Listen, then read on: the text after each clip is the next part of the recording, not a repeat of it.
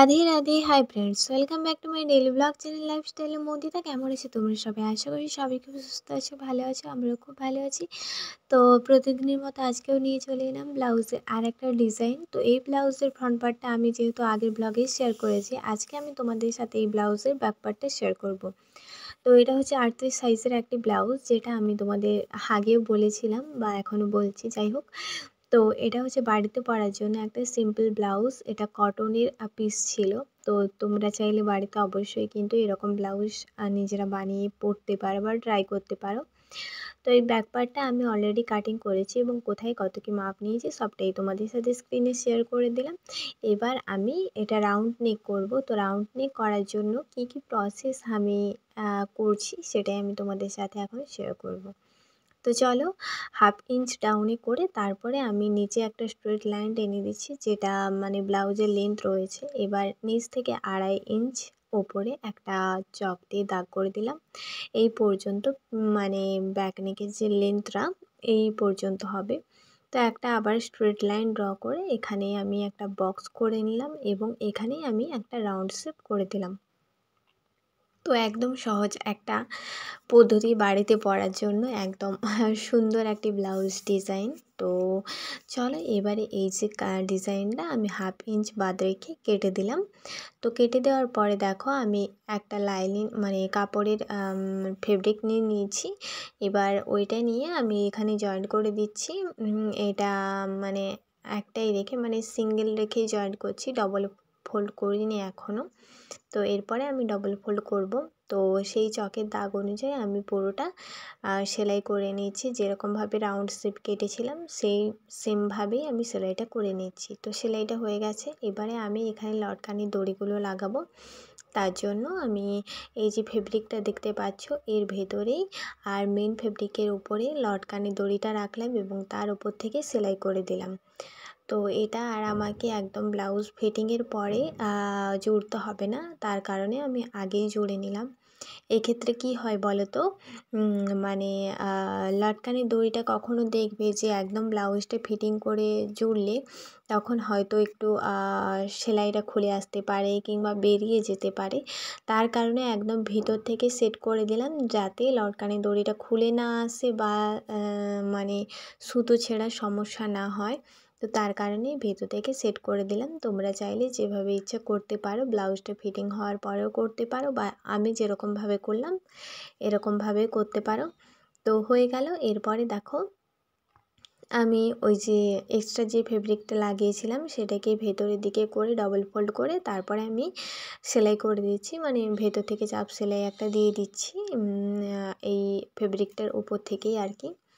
তো যাই হোক, এই তো কথা বলতে বলতে আমার রাউন্ড নেক অলমোস্ট কমপ্লিট হয়ে গেছে।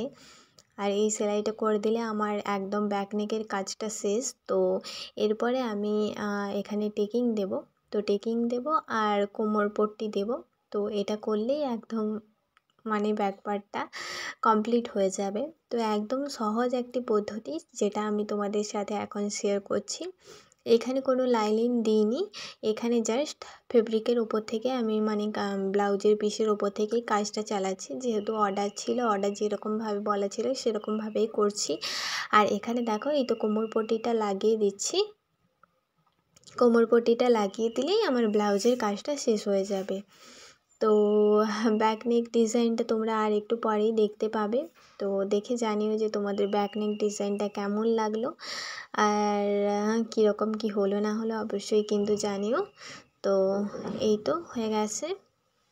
এবারে আমি কোমর পট্টিটাকে ব্যাক সাইডে মানে উল্টো দিকে ঘুরিয়ে নিয়ে মানে ব্লাউজের ভেতর সাইডে ঘুরিয়ে নেব ডবল ফোল্ড করে, তারপর উপর থেকে আর সেলাই করে নিলেই আমার কোমর পট্টি বসানো একদম কমপ্লিট হয়ে যাবে। তো এইভাবেই তোমরা দেখতে পাচ্ছ যেভাবে করছি এরকমভাবেই করে নিলে একদম কমপ্লিট। তো এবারে দেখো ব্যাক নেকটা এরকমভাবে এসছে। তো লটকানগুলোও খুব সিম্পল, যেহেতু বাড়িতে পরার জন্য বা টুকটাক কোথাও যাওয়া আসার জন্য মোটামুটি কাছাকাছি।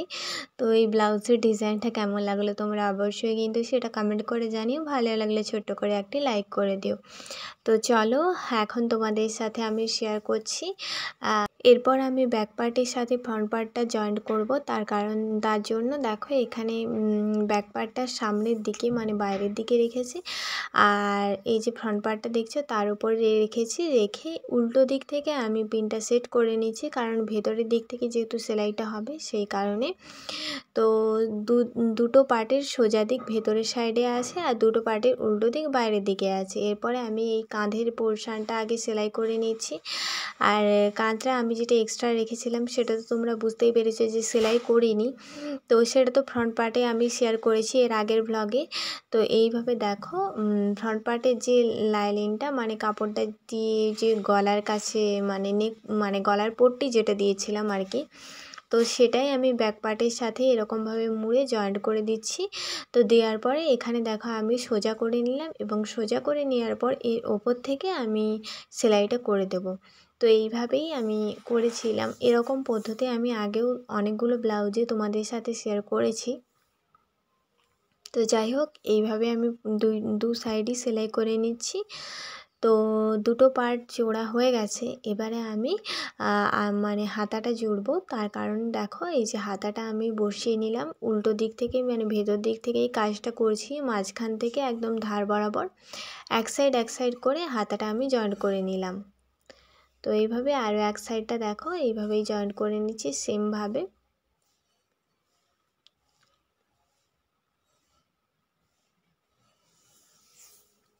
তো হাতাটা জয়েন্ট করা হয়ে গেছে। এরপরে আমি ডবল সেলাই দিয়ে দিচ্ছি, যাতে সুতো পরবর্তীকালে খুলে যাওয়ার কোনো সম্ভাবনা না থাকে। তো এইভাবেই আমি হাতাটা সেলাই করে নিলাম, এবং হাতাটা সেলাই করার পর দেখো এটা উল্টে তোমাদের সাথে শেয়ার করেছি। এরকমভাবে আরও একটা হাতা আমি পরিয়ে নেব সেমভাবে। তো এই তো হয়ে গেছে, ব্যাক পার্টের ডিজাইন হলো এইটা। তো কেমন লাগলো ব্লাউজের ডিজাইনটা অবশ্যই কিন্তু জানিও। আর যারা ফ্রন্ট পার্টটা দেখোনি কীভাবে ফ্রন্ট পার্টটা রেডি করলাম অবশ্যই কিন্তু দেখে নিও। ফ্রন্ট পার্টটা হচ্ছে ডবল ব্রাকাট ব্লাউজ, যেটা 38 সাইজে, সেটাই রেডি করেছিলাম। কাটিং সহ স্টিচিং পুরোটাই সেই ভিডিওতে রয়েছে, তোমরা অবশ্যই কিন্তু দেখে নিও। এর আগের ভ্লগেই আমি দিয়েছি। আর এই ভিডিওটা কেমন লাগলো অবশ্যই জানিও, আর ব্যাক পার্ট ডিজাইনটাও কেমন লাগলো জানিও। তো চলো আজকের ভিডিও এই পর্যন্ত, দেখা হচ্ছে নেক্সট ভ্লগে। ততক্ষণ সবাই সুস্থ থেকো, ভালো থেকো, টাটা বাই, রাধে রাধে।